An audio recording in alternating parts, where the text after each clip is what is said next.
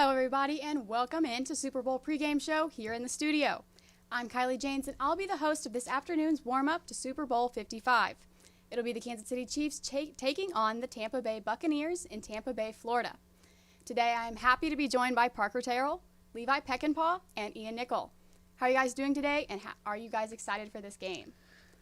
I'm doing great today. I'm excited for this game. I think this was, if you look back at the beginning of the season, I think this would be the matchup that everyone would love to see in this game. The best of all time in Tom Brady, and the person that is the best in the game right now, and Patrick Mahomes. Like I said, I'm pretty excited. Oh, yeah. This is going to be a phenomenal game. This could be also, from what a lot of people are saying, is kind of a pass-the-torch game. The guy that many people know as the greatest of all time to what could be the next guy who's going to try to chase that lineage. And so this is going to be an incredible game, and I just can't wait for it. Yeah, I think we ended up with the two best teams of this year. I know Tampa Bay's record is a little weaker. It's 11-5, but they've turned it around and from wild card to the Super Bowl, and now they have home field advantage. So should be a great game. First time ever a team has made it to their home stadium to play in the Super Bowl. But it's sad that there couldn't be a full stadium. But at least there will be 20-something thousand in there, hopefully providing a lot of noise for their Buccaneers. Right, and now obviously the season has been crazy, especially with COVID-19, changing plans, and all the massive injuries that have happened this year. What do you guys think of the season that we got, and what things stick out to you guys?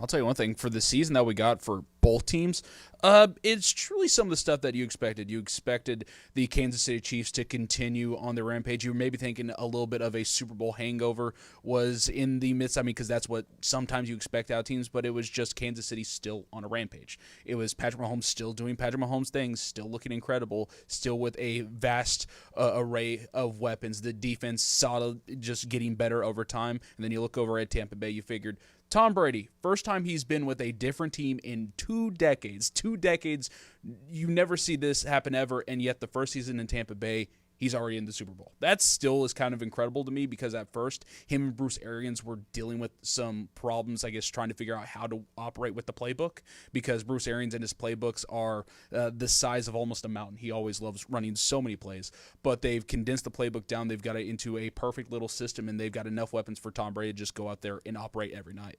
I think on a bigger picture, I'm happy with the season we got. Not a lot. I mean, I didn't notice anything super special aside from the Denver Broncos incident where they had to play the practice squad receiver at quarterback. There wasn't really, a huge disturbance or disruption in this season when it comes to, COVID-19. Obviously, aside from there being no fans. But I think the NFL did as best that they could do with what they had, and I'm glad that we are having a Super Bowl with a good amount of fans. Yeah, absolutely. And, they played Monday games, they played Tuesday games, they played literally any day of the week they could. And it's just amazing how we were able to get to this point. Just glad it was able to get done for sure. Also talking about just this season as a whole, I think that when it all boils down to it, the two best teams are the ones left playing in the Super Bowl. Mm-hmm. And when you got to the playoffs, there weren't any COVID disturbances, and so those were the best teams. And they added an extra team to the playoffs for either side to kind of compensate for the this crazy season. But I still think that when it all comes down to it, the best teams are going to be the ones playing in the big game. So that's a success of a season in my mind. Right, Parker. Now, what do you guys think about the award ceremony last night in the Hall of Fame? I wasn't really mad at anything. I mean, I think the only exception I would have is maybe I'd pick Justin Jefferson over Justin Herbert for Rookie of the Year, and then you could have an argument for T.J. Watt being Defensive Player of the Year. But all in all, I was okay with the decisions that were made for the awards. And I think T.J. Watt got snubbed hardcore. He led the league in every major statistical category aside from forced fumbles, and he did that in one less game than Aaron Donald. This is kind of like what happened in the NBA last season with Giannis winning. I think it's just somewhat of a bias towards a guy that's already won multiple of these awards, and I definitely think T.J. Watt deserved to win over Donald. I would also go with T.J. Watt, but I also think it maybe has to do with Aaron Donald. Half of the time he's playing, it's mainly at D tackle. It's trying to be at that position where usually the majority of the time that guy is just there to take up space. He's trying to attach 2 or 3 blockers to him, but Aaron Donald is so dominant. He's just on that next level, and I know T.J. Watt is as well. But the way he plays on the field, he plays like he's going to be one of the best top 5 defensive players of all time. He probably already is in a lot of people's categories. And there also might be the fact that he's getting double and triple teamed every play, which, I mean, Watt also is probably getting double and triple teamed at some point. But just the fact that Aaron Donald has so much film on him, and yet he still puts up, I mean, it's not like Aaron Donald didn't have great numbers. I believe he was finished 2nd or 3rd in all the major categories. So that could be the thing. But I think for such a special season for Watt, in one less game, as I mentioned, I think that they should have gave it to him. But well, here's the thing. T.J. Watt doesn't need to worry. He's going to have more chances to get that. So he's going to eventually get one. It wouldn't even surprise me if it's next season he gets one. Is that 2 in a row for Donald or 3 in a row? Ooh, I think it would have to be 2, but I don't know for sure. 2 as 2 well. in a row? Okay. And maybe also this is more of a team thing, but it might also have to deal with the Pittsburgh Steelers literally at the end of the season after you have the TikTok controversy literally crumbling right at the end of the season, losing so many games in a row. I felt that was more on the offense, though. I agree with that. And the defense losing out on some major players in the linebacking core. So. Oh, yeah, once Devin Bush got injured, you did bring in Avery Williamson, but you could tell there was a little bit of a drop-off there. Dupree, and then Spillane went down. So they were playing, 4th-string guys at the linebacker position. So that's true. The Chiefs have had a great year on the back of Patrick Mahomes and their dynamic offense. Asa Lucas will join us tonight to talk breakdown how each team is shaping up going into this evening. First up, we'll be talking about the Chiefs right after this commercial break.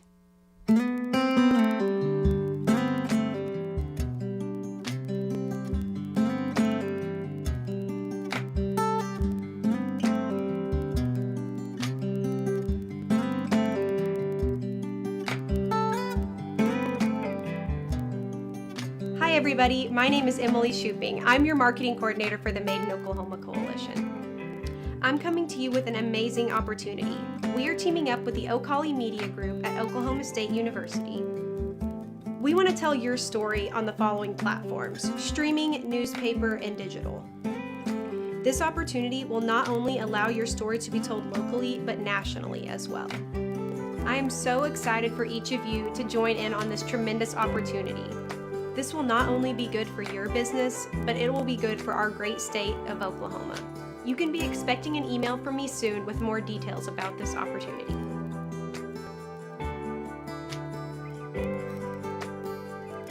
Local has a name, local has a face, local has a flavor. The Made in Oklahoma Coalition.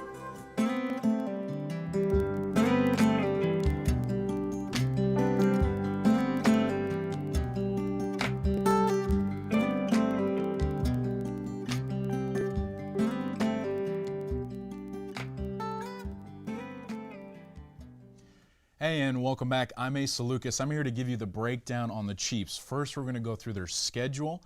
Then we're going to go through their roster. Third, how they can win or lose the Super Bowl tonight. And finally, their ace factor. So to start with the Chiefs' schedule, they were 14-12 in the 2020 season and the #1 seed in the AFC. Week 1, they played the Texans, where they won 34-20. Week 2, they were at the Chargers, which they won 23-20 in overtime.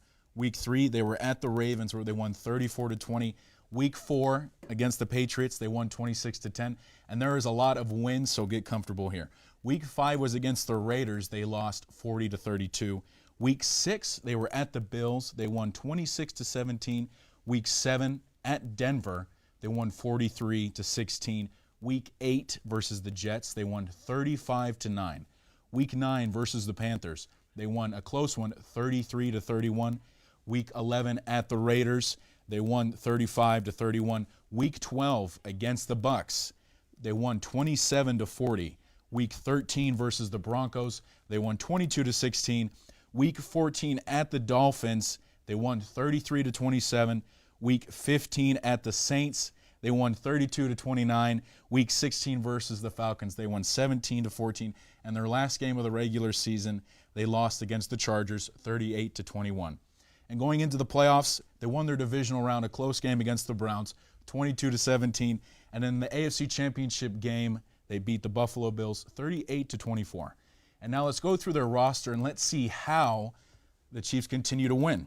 Well, we have to start with Patrick Mahomes. In the AFC Championship game, he threw for 325 yards, 3 TDs, and he had a QBR of 127.6 with no picks.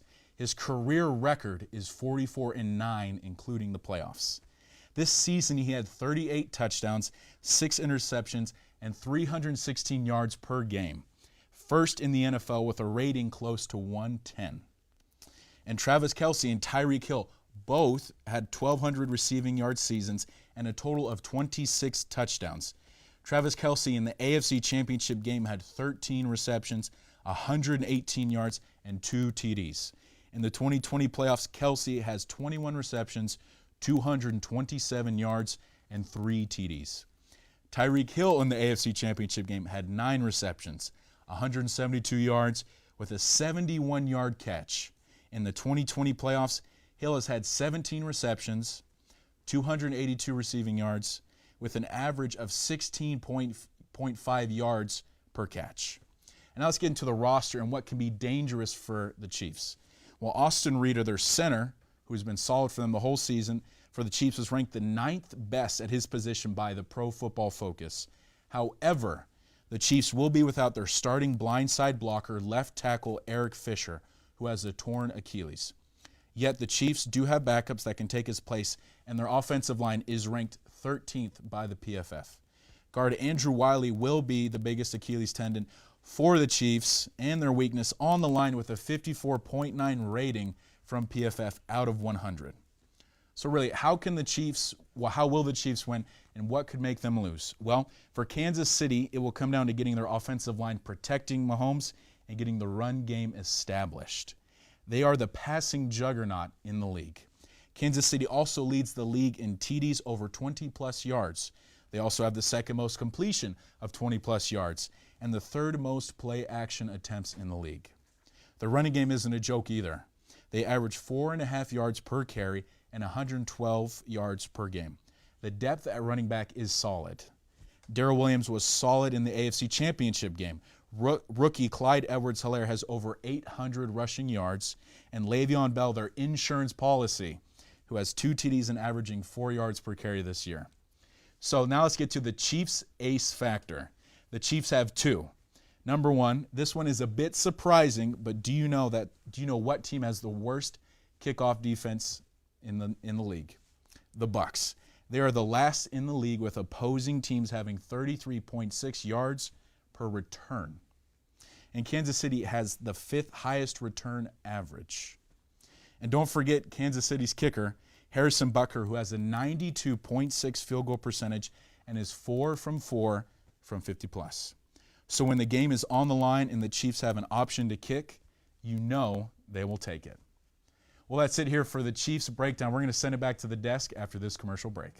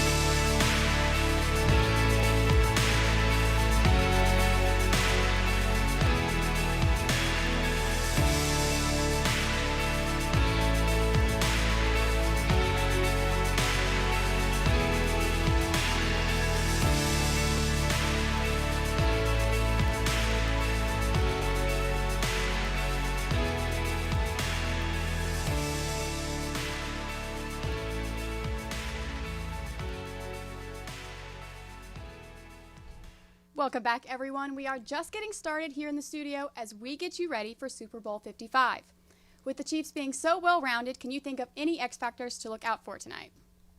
There's so many. You could go with Kelsey. You could go with Tyreek Hill.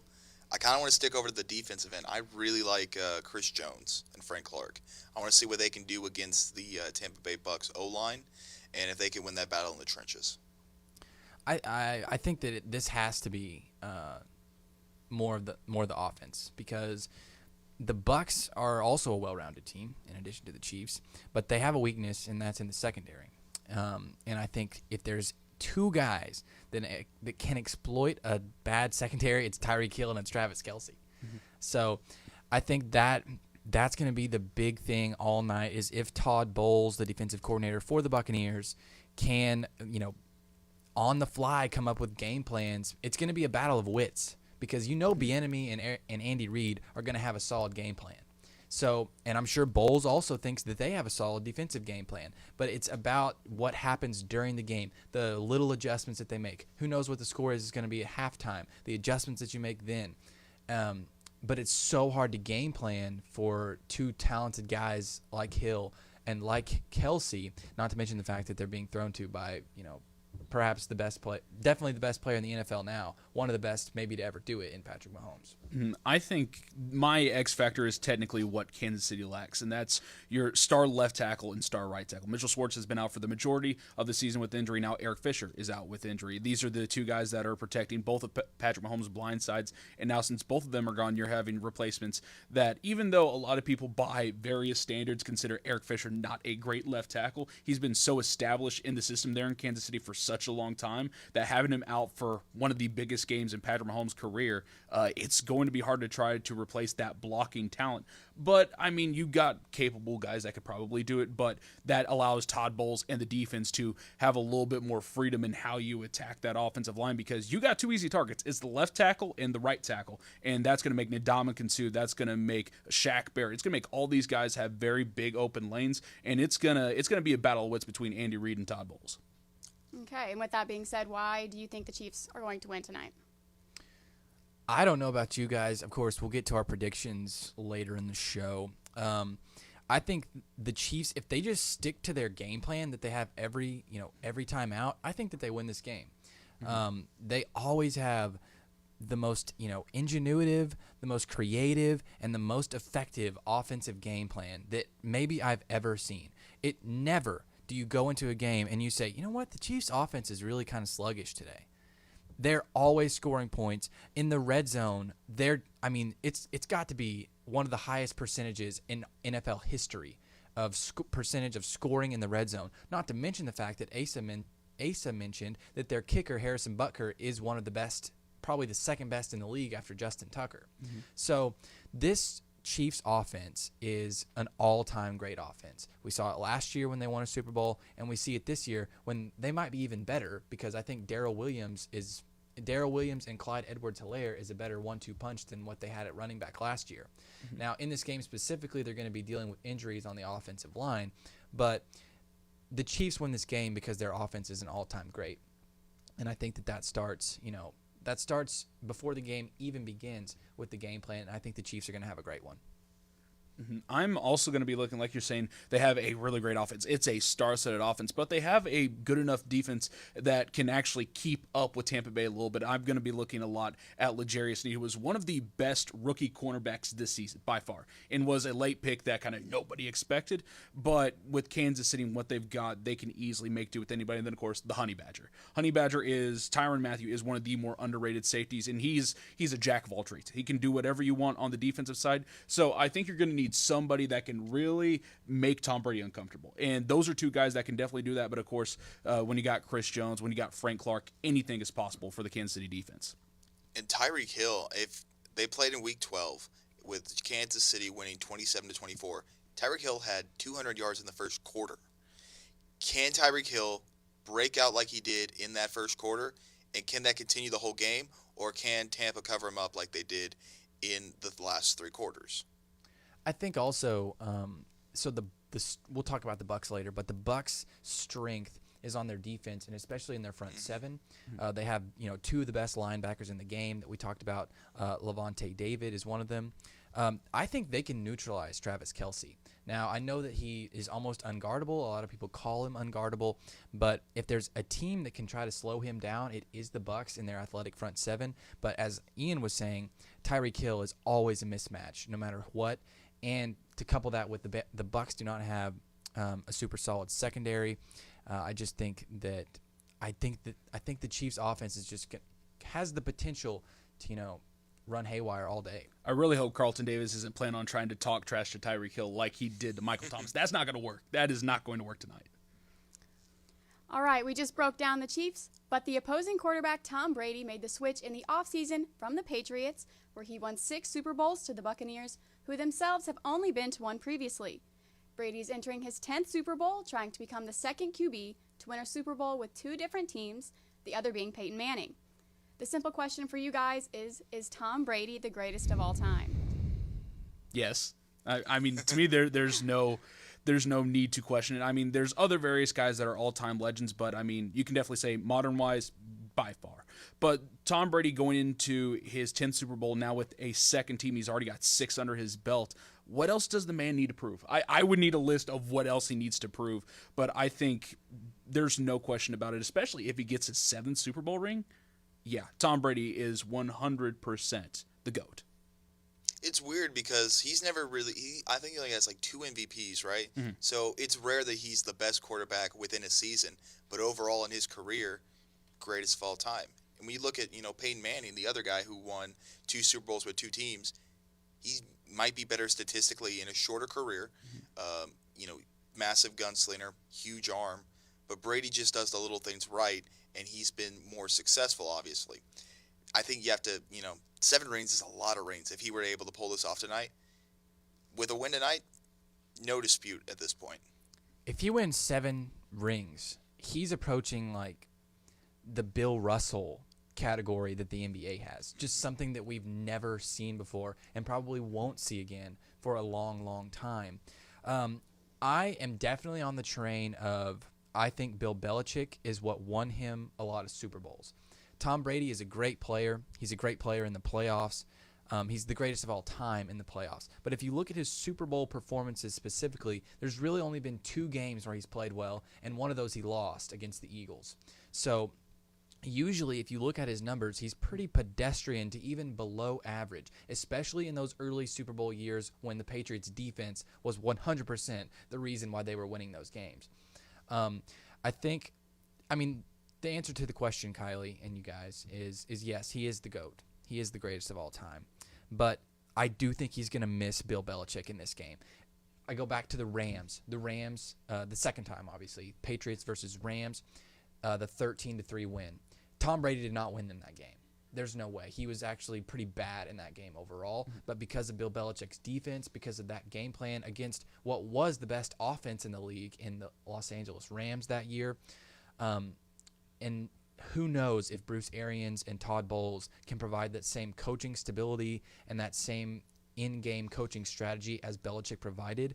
So, but yes, Tom Brady is the GOAT. I'm just talking about simply on performance. I don't know if him by himself can take a team over the edge. Oh, yeah. There's several occurrences, and we can go throughout history, and we can pinpoint over 2 decades where you can say Tom Brady's not the guy that put them over the edge, but it was his ability to adapt over so many years and become a better player. Originally, don't forget, he was 199 in the draft. He's not a number 1 overall pick. That's kind of, though, what you like to see in football. A guy built from the ground up, and he made himself a great player. Not just a great player, the greatest of all time. Several MVPs, Super Bowls out the wazoo. The man has done everything you would account for, and usually you would think that this would be in a top overall pick in the NFL draft. You would expect this dude to have been the cream of the crop, that automatically scouted to be the greatest of all time. But no, this man literally built himself up from nothing behind Bill Belichick and what that system was. And yes, defenses definitely at the beginning, they leaned heavily on them.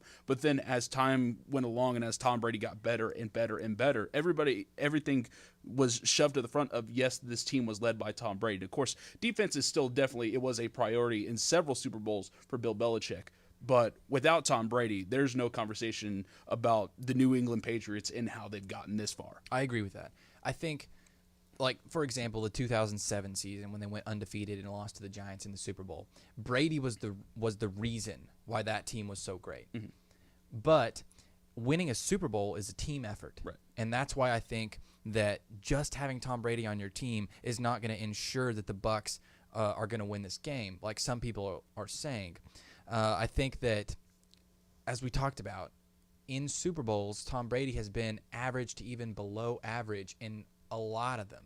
And he's relied on his defense to win that game. And I just don't know if the Bucs defense is something that he can rely on, especially to win against this Chiefs team, which is probably the best offense that we've seen in a long, long time. Some people are saying the best of all time. Yeah. One other thing I want to bring to that, and compare Tampa Bay this year to last year, there's some things that have changed for Tampa Bay. The main thing that's changed for Tampa Bay is they went from Jameis Winston to Tom Brady. Last year with Jameis Winston, the only thing we were focusing on for Tampa Bay was a 30-for-30 season, and we're not talking ESPN. We're talking 30 touchdowns and 30 interceptions. And now you switch it. Tom Brady has probably had, passing-wise, one of his best seasons ever, and now this team is in the Super Bowl. So yes, while sometimes Tom Brady isn't that guy to truly change things, and like you're saying, defense might be the thing that Tom Brady has to rely on, you got to give a lot of kudos to Tom Brady and how he's been able at so far into his career to still be able to adapt and still be one of the best QBs in the league. All right, there is no doubt Tom Brady has had tremendous success in the big game and will undoubtedly want to continue that tonight. Alex Dusky lays out why this could be Tom Brady's biggest Super Bowl yet. There is a lot on the line for Tom Brady this Super Bowl. Not only is this his 10th championship game, but if he wins, this will be his 7th Super Bowl win. He is already the winningest quarterback in the history of the Super Bowl, as no other quarterback has more than 4 wins. At his age, another win would be extremely impressive. Tom Brady, I think if he pulls this off, guys, at age 43, will be his 7th Super Bowl championship, considering all that it takes to win in the sport of football. I definitely believe that he would be, this side of Bill Russell, the greatest champion in team sports history. This game is 20 years after his first Super Bowl championship. One thing that has obviously changed in the last 20 years is what team Brady is playing for. This is his first season playing with the Tampa Bay Buccaneers. If he pulls off this win, he would join Peyton Manning as the only starting quarterback to win Super Bowls with 2 different teams. As Manning is looking to join the Hall of Fame and Brady is still on top in the league, let's look back at the rivalry between these 2 greats. That's 11 total wins in the series for Brady and 5 for Manning, though the duo has split their playoff appearances. There has been a ton of speculation about whether or not Brady will retire if he gets this win. At 43, he is the oldest NFL player to ever appear in a Super Bowl. And it's not like he doesn't already have an outstanding career. It would be a great note for him to end on. However, Brady himself has not said one word about retiring yet. If an athlete is aging, but he's not talking about retirement, then we are not going to talk about his retirement. Whether Brady himself needs the win or not, the Buccaneers program deserves a win. The team has only been to the Super Bowl once, and they did win back in 2002. This is head coach Bruce Arians' 2nd season with the team. As you can see, Tom Brady does not need to win another title. However, the Buccaneers have definitely benefited from having him as their starting quarterback. Tom Brady has the history and the success on his side for the GOAT debate, and he adds to it still. But can a guy like Patrick Mahomes overtake him when he is done playing in a decade? I mean, if he wins 7 Super Bowls, yeah. If he could do it within like a 10-year span, yeah. I mean, if that happens, he's by far the best ever, because what Tom Brady's done has been, 20-plus years. If Patrick Mahomes can do that in half that time, that would be, something that we've never seen before. So, I mean, the Chiefs have been so intelligent with their contract structuring, just being able to keep the guys that are core to their team, and they've got Mahomes locked up for a long, long time. Hill, Kelsey, all those guys locked up. So I don't see them going away anytime soon. But I'm sure there were a lot of teams throughout the years that they thought that about. I'm sure when the Rams won the Super Bowl and the greatest show on turf, people were probably saying back then that there's no way this team can ever lose again, and we saw that they did. So I'm definitely one to pump the brakes on, they're just going to win, 5 Super Bowls in 7 years or something like that. I'll believe that when I see it. But obviously, if Mahomes continues on this trajectory, then yes, he'll be the best ever. I heard an interesting argument. Someone said, I believe it might have been Troy Aikman on the broadcast, said if Mahomes retired right now, he thinks he would be a Hall of Famer. I don't know about that. I feel like you need to give that a little more time, because it's been 2 seasons, right? Or it will be 3, in 1 or 2 Super Bowls. So I feel like you got to do a little more than that. He's done amazing so far. He's also got an MVP. Yeah, he's got an MVP, Super Bowl victory, Super Bowl MVP. I mean, the man has accomplished a lot in very little time, and I think you give it a decade. Yeah, there's an obvious chance that Patrick Mahomes eventually takes this, but there's so much new talent and so many new stars being made every single day in the NFL. So I'm going to pump the brakes about it might take a decade, but I mean, think about it. Tom Brady's 2 decades in the NFL. Patrick Mahomes is barely even got his feet fully stretched in on the ground yet. So Patrick Mahomes is going to have a lot of time in the NFL. I assume he's the next guy up in line to take Tom Brady's spot, but he's got a lot of time to prove that. My question is, how long does Andy Reid have left? I don't know if Andy Reid has a decade left in him, or finishing out this decade. Especially if they go on and win a couple more Super Bowls. If I'm Andy Reid, I'm probably going to hang it up at that point. And Andy Reid is 100% tied to Patrick Mahomes' success. Mahomes is excellent.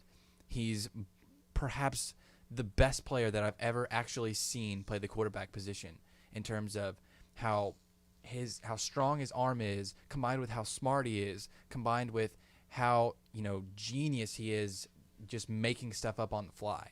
So, but there's no way that Mahomes is who he is without that identity of Bieniemy and Reed and Hill and Kelsey and that solid offensive line. I think that's why Andy Reid's kind of happy at the moment that Eric Bieniemy hasn't got hired as a head coach somewhere. Because if Andy Reid does retire, the obvious guy to take the place of him is going to be Eric Bieniemy. Eric Bieniemy should be a head coach somewhere. There's no doubt about it. But until then, Eric Bieniemy is just going to keep stacking up Super Bowl rings. And if Andy Reid does retire, he's going to go out celebrating another flowery shirt, and then Eric Bieniemy is going to step up, and they might just keep winning. True. What do you think? Kylie, you're a Chiefs fan. Yeah, you're from the Chiefs kingdom. Right. Why do you think that Bieniemy hasn't got hired by another team?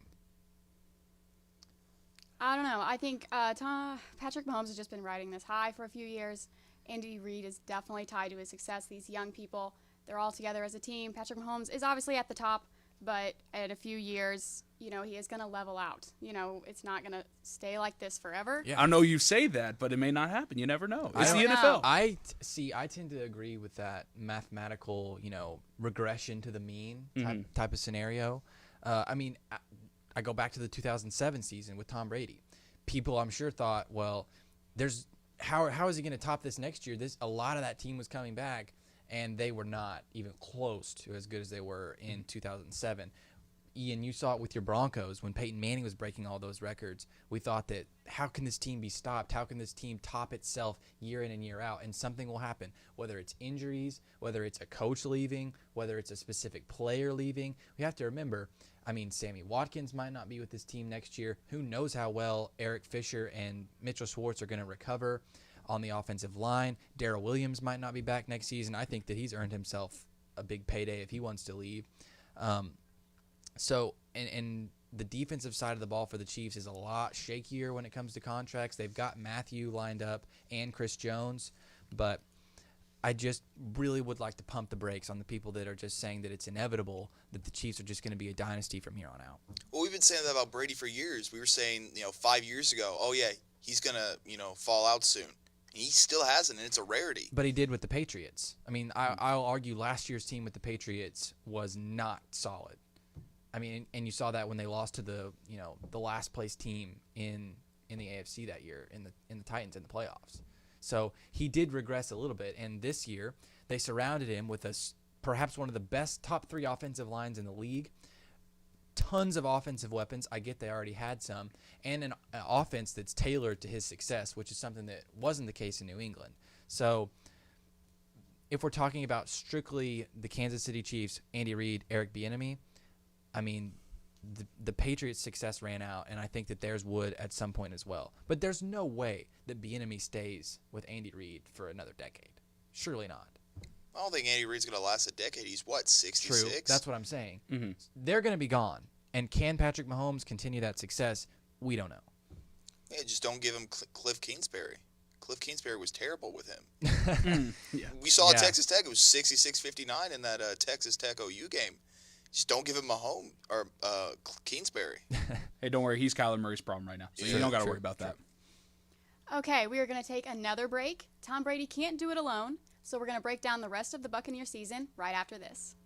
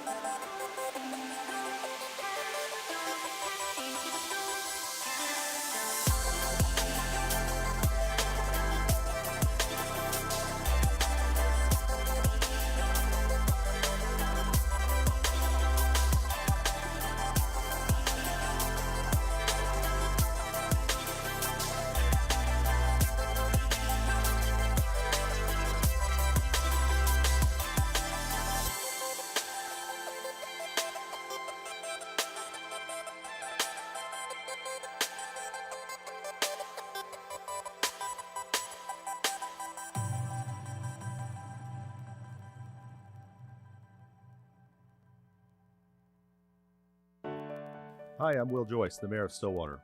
As Mayor, it's my responsibility to help develop plans for a variety of resident needs, including roads, emergency services, and utilities. Some of those services are paid for with federal money that the government distributes to states and communities based on Census Bureau data. This is your tax money coming back to our community, but if you or your household aren't counted, we lose nearly $1,200 per person to places like Texas, Kansas, and Arkansas. So help bring that money back to local communities by filling out the 2020 census. This year, it's easy to do. You'll receive a postcard in March 2020 with a unique code for your address. Using that code, simply go online, call, or request a paper copy of the census and fill it out. I want to make sure that you and your whole household are counted in the 2020 census. It's important not just to Stillwater, but to all of Payne County. Hey, and welcome back. I'm Asa Lucas once again. We're going to go through the same thing, but this time it's going to be on the Buccaneers side of the ball. So first, let's start with their schedule. The Buccaneers finished 5th in the NFC with a record of 11-5. Week 1, they went to the Saints and they lost 34-23.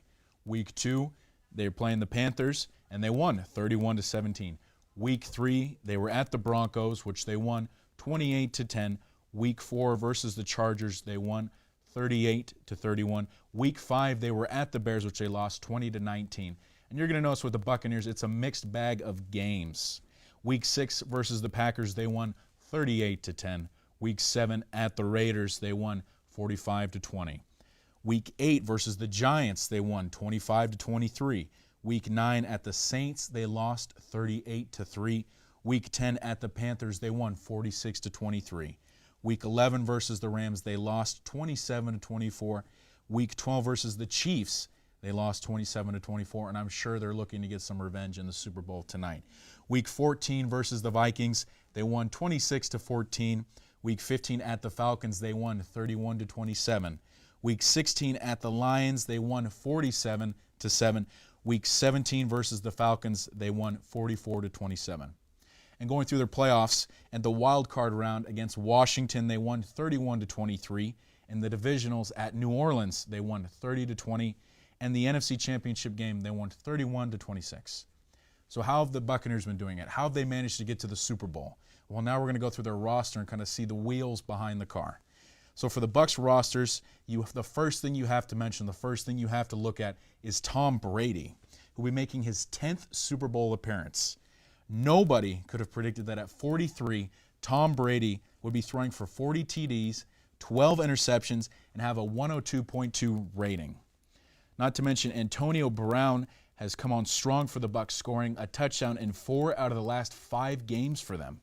However, Mike Evans is the receiving leader on the team with over 70 receptions, 1,000 receiving yards, and 13 TDs on the 2020 season. And Chris Godwin will be in the wings, who had 5 receptions and 110 yards in last week's NFC Championship game. Not to mention Rob Gronkowski, who came out of retirement and who's had 45 receptions, 623 receiving yards, and 7 TDs on the year. And his other tight end, Cameron Brate, who during this year's playoff has had 11 receptions, 149 yards, and 1 TD. And that can prove to be problematic for KC's defense, which is ranked 5th to last in allowing yards to tight ends. So now we're going to go and talk about how the Bucs can win the Super Bowl and how they can lose it. It does help the Bucs that their offensive line has allowed the 4th fewest sacks in 2020, which means Tom Brady should have plenty of time to throw the pigskin. But the real secret ingredient for the Bucs to have a chance at taking down the Chiefs is their pass rush and D-line stepping up. The Bucs defense was 8th in the league for points allowed and 6th for yards per game. Tampa's defense has 6 players with at least 3 sacks. Their defense is tied 4th for sacks and tied 2nd most for QB hits. Not to mention in the NFC Championship game, Tampa Bay had 5 sacks and 8 QB hits on Green Bay. Tampa loves to blitz. They are 5th in the league and blitz 38.1% of the time. And now the Bucs ace factor. Keeping the clock going and scoring in the red zone is what will give the Buccaneers a chance to take down the Chiefs. Thankfully, the Bucs are the 11th best team in converting third downs and are 7th best in the league in scoring touchdowns in the red zone. You cannot expect to beat the Chiefs by kicking field goals. You have to score TDs, and we saw that in the AFC Championship game.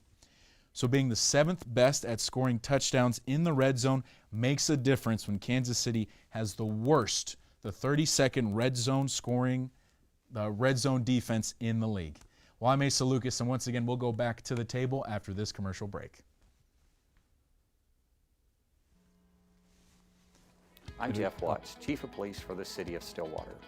This year, on October the 18th and 19th, OSU alumni will be hosting Walk Around and the Homecoming Parade.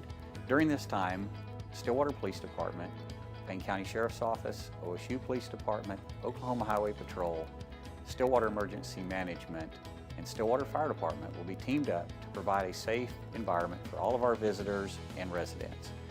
During this event, you will see a very high concentration of police officers at every intersection. Don't be alarmed, this is simply there for your safety. If you are in a crowd and you happen to see something that you feel should be brought to an officer's attention, don't hesitate to contact the nearest law enforcement officer and bring that to their attention. Throughout the event, there will be comfort stations, there will be first responders. If you need medical assistance, don't hesitate to ask for help. Also, be sure to dress for the weather, bring plenty of water, and we recommend that you leave your pets at home, as these large crowds can oftentimes stress out your animals. We hope that you have a great time and that your experience here is a positive one. If you need anything, don't hesitate to reach out to any of our emergency personnel or first responders. We'll be glad to help you in any way we can. Thank you. Tired of paying for parking at those other airports? Fly Stillwater Regional Airport. We offer proximity, free parking, and short security lines. Still making long drives to Oklahoma City or Tulsa just for the airport? Stay close to home and fly with Stillwater Regional Airport. Daily non-stop flights to DFW with 800-plus flight connections in 29 countries. Welcome back to the Super Bowl pregame show. I'm Kylie Janes, still joined here by Parker Terrell, Levi Peckinpah, and Ian Nickel. We talked about Mahomes, we talked about Brady, and now I'm wondering, why do the Bucs have the edge over the Chiefs? It's that defense, man. That defense, just in general, that front seven is amazing, led by JPP, Jason Pierre-Paul. He's the veteran of that team, of course, won a Super Bowl with the New York Giants and has just continued to maul everybody over. And I think that front seven is amazing, and they got talent all over the place from the linebackers to whether it's an edge or a D tackle. With that stacked front seven, it's going to make the line for the Kansas City Chiefs have a very tough day ahead of themselves. Yeah, I think Devin White is going to be just the guy to watch out for. He's the leading tackler for the Buccaneers, has 9 sacks on the season, forced fumble. He can do it all. He is a playmaker out of LSU, dominates every time he shows up. I kind of like him to, if it's not Brady or Mahomes, I kind of like him as a Super Bowl MVP. Wow. I don't even know if he was even listed on like the betting favorites for that. You had to scroll down a little bit. I was looking for him. No, I think this comes down to, I mean, as we were talking about, it has to be the defense. Mm-hmm. It has to be the defensive line against the depleted Chiefs offensive line. But also it comes down to, can this Bucs secondary provide any sort of resistance to the Chiefs offense, to the Chiefs, receiving corps? If they can just be average or mediocre, I think they have a good chance to win this game, because you know that Mahomes, that Brady is going to have good opportunities in this game, and that Mahomes is going to be pressured all night. So, again, Brady does not have a history of playing well in this game. So he's going to need to play like he did against the Eagles or play like he did against the Falcons for them to even have a shot in this game. He's certainly capable of that, and he certainly has more weapons on this offense than he did with those Patriots teams. So if they can get a game out of him like that, if their defense can put a lot of pressure on Mahomes, I think the Bucs have a great chance at winning. Yeah, the great thing for the Bucs is they do have a lot of weapons on the offensive side, whether it is Mike Evans, Chris Godwin, Antonio Brown somehow has become one of the leading wide receivers for that team. Cameron Brate. I mean, you also got to weirdly think about Tyler Johnson and Scotty Miller, 2 guys that are down in the depth chart. But I mean, running backs. Oh yeah, Ronald Jones III, Leonard Fournette have been playing so well in the playoffs, something that they didn't do during the regular season. I mean, Leonard Fournette has really come on in the playoffs, calling him playoff Lenny. So this Bucs offense is firing on all cylinders. But I will tell you this. If Brady plays like he did against the Packers in the second half, the Chiefs are going to blow them out. He can't have 3 straight interceptions. Oh, no, for sure. One guy I really like to talk about, Sean Murphy Bunting. Oh, yeah. 3 interceptions in 3 games this postseason. If he can get you 1 interception against Mahomes, I mean. And Mahomes does not have a great – I know we're about to go to break. Mahomes does not have a great history playing in this game either. He did not play well last year against the 49ers, especially not in that first half. Or I can't remember if it was the first half or the second half, but I know that he did not live up to his standards that he had set throughout the game. So we've not exactly seen Mahomes, burn any barns down in this game. So that could be also something to look for. If we're talking underrated guys also to get a Super Bowl MVP, I would also put my money on Sean Murphy Bunting. That's a good one. I like that. All right, thanks, guys. When we come back, we'll give you all our predictions here at the desk.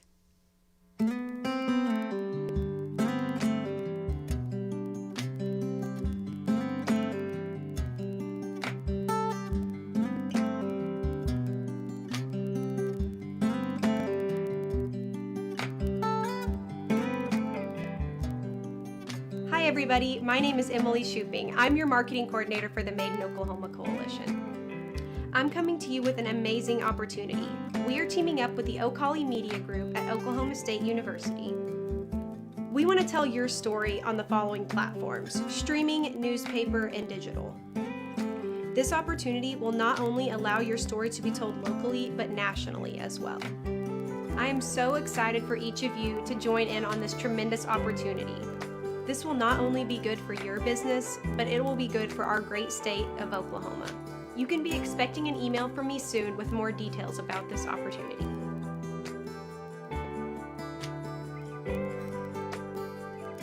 Local has a name, local has a face, local has a flavor. The Made in Oklahoma Coalition.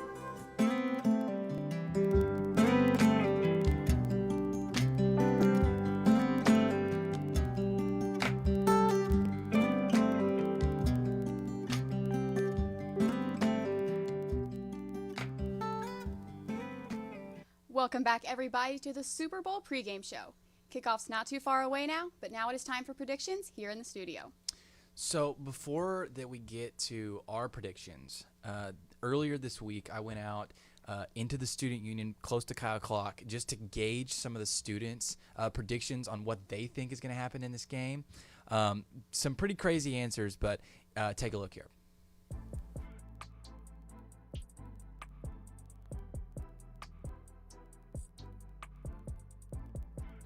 All right, we are here with obviously a fan of somebody. We'll get to predictions in a second. First, tell me your name and your major. I'm Landon Bethay, and I'm a sports media major here at OSU. Awesome. Fellow sports media major, Landon. So, I mean, it's no secret who you're going to be rooting for in this game, but can you give us a prediction? I predict the Bucks are going to win this game 31-27, and Tom Brady's going to win his 5th Super Bowl MVP. I'm Tony Wetmore, and I'm a sports media major. Another sports media major? Yes, sir. So who do you think is going to win this game? And because you're in sports media, I need a little bit of an explanation. I believe the Chiefs. I think the Buccaneers really struggled against the Packers with their defense a little bit, and after they almost came back, it'll be tough to come back and stay ahead of the Chiefs. So I would say Chiefs, and I think that McCole Hardman will have a great game as well. Okay, a McCole Hardman shout out. My name is Josiah Ireland, and I'm a graduate student in mathematics education. Honestly, I don't think you can bet against the true GOAT, which is Tom Brady. So I'm thinking that the Bucks are going to win. My name is Brandon Tyrell, and I'm a music industry major. Awesome, Brandon. So next, I mean, there's a lot of suspense surrounding who you think is going to win, but you might as well tell us, what's your prediction for this game? I mean, obviously I'm from Kansas City, and I think the stats speak for themselves. I think Kansas City's going to pull out a good one. All On right. Sunday. So, My name is Sam Delapaz, and I'm a sports media major. all right, Sam. It's time. Who do you think is going to win, Buccaneers or the Chiefs? So I hate Tom Brady, and I hate man. I hate the Chiefs. Oh. So I'm hoping for a tie. That probably can't happen. So if I had to choose, 34-31 Chiefs. All right. Well, so a fan of neither team, but he decides to go with the Chiefs. My name is McKinley Kelly, so nice to meet y'all, and I'm Communication Science and Disorders. All right, nice to meet you for sure. And again, thank you for coming on. Who do you think is going to win between the Chiefs and the Bucks? I think the Chiefs are going to win. Okay, do you have any reasoning? No, it's just kind of a feeling. What's up, man? How are you? Hi, I'm good. How are you doing? I am doing well. So what's your name and what's your major? And do you even watch football? My name's Alec Christensen. I'm a statistics major. I'm hoping to go into sports statistics, and yes, I watch lots of football. So, Alec, who do you think is going to win on Sunday? That's an easy question. Chiefs, for sure. Chiefs all the way. Can you give a reasoning? Are you a Chiefs fan? Well, I am biased. Patrick Mahomes graduated high school, like right next to where I went to high school. But also, they're just the best team in the NFL right now. They might be the best offense of all time.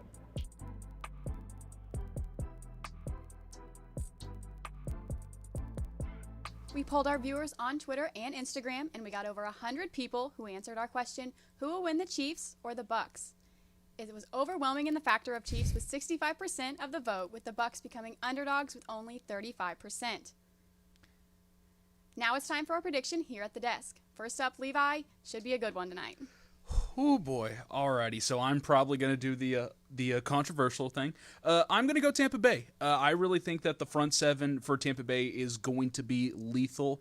Like I was saying earlier, I think that Sean Murphy-Bunting could be a unpredictable Super Bowl MVP because sometimes some corners can get involved and get a couple picks, and if truly that front seven frustrates Patrick Mahomes pretty often, you could have a situation kind of like last year where San Francisco was able to force Patrick Mahomes to throw a couple interceptions. So I really, Tom Brady is going to be amazing. He's going to sling a couple touchdowns that you weren't expecting, and wouldn't surprise me somehow the leading receiver, Scotty Miller, because somehow he likes to go down the depth chart, and we saw against Green Bay how Scotty Miller got a crazy touchdown right before the end of the first half, so it wouldn't surprise me if you see him get a couple. But I really think this is going to be back and forth. I gave my prediction earlier about 35-31. I think it's going to be back and forth probably all the way up until the end of the fourth quarter. So it's going to be a good one, though. I'm also going to go with Tampa Bay. Oh. I really like the Buccaneers. I like their defense. I think they're going to win a lot of the battle in the trenches. I think they have better receiver weapons, just as a core within itself, as well as running backs. You have to stop Mahomes, though. That's always the goal. But I think that Tampa Bay defense can do that. Week 12, you throw that game out the window. It's a 3-point loss there. And I like it to be really close and low scoring. I'll take the Buccaneers 24-20. So I've gone back and forth on this, as I'm sure you guys have. I said the Chiefs earlier this week in a close game, 35-33. One thing I will like to point out is when the Giants beat the Patriots in 2007, when the Patriots had the best offense of all time up to that point, and they were undefeated, they used the blueprint of using a really solid defensive line to go out and beat the Patriots and get a lot of sacks on Tom Brady and make him uncomfortable. And Tom Brady, of course, was on the opposite side of that back then, and now he has a chance to be on the other side. And I think, obviously, that the Buccaneers' offense now is a lot better than that Giants team's offense was back in 2007. But I just can't get it out of my gut feeling, which is that the Chiefs are going to win. I think Mahomes, as I talked about, is going to be disappointed in how he performed in last year's Super Bowl. And I think that he's going to come out guns blazing.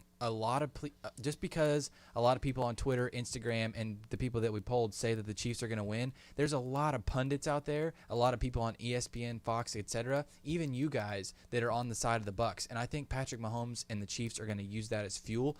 They are getting slighted sometimes, even though they're the defending champions. And I guarantee you this Bucs team is not as good as last year's 49ers team, despite having a much more experienced and winner at quarterback.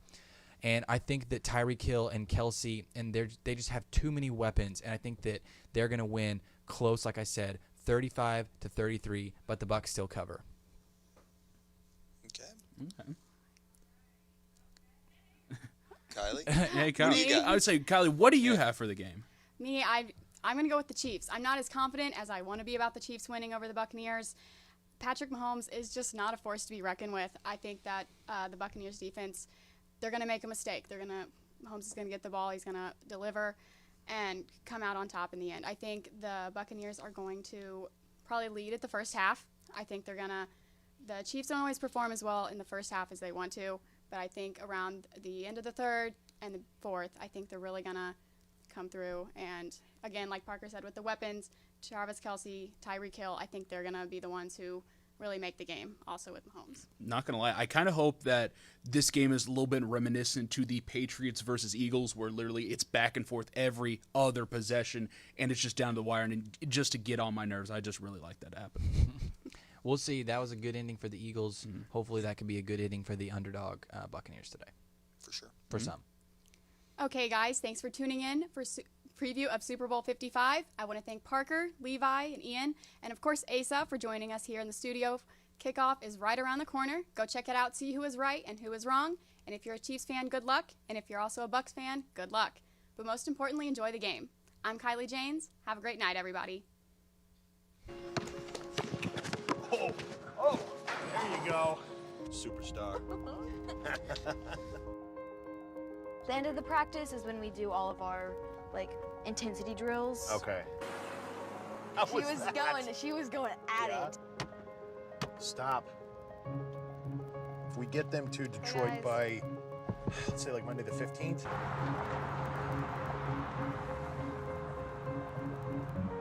Time's right there. There we go. Yeah.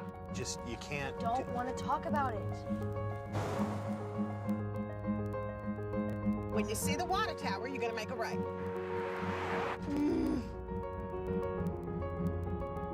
If we win this, we have one way to get to the playoffs. I know.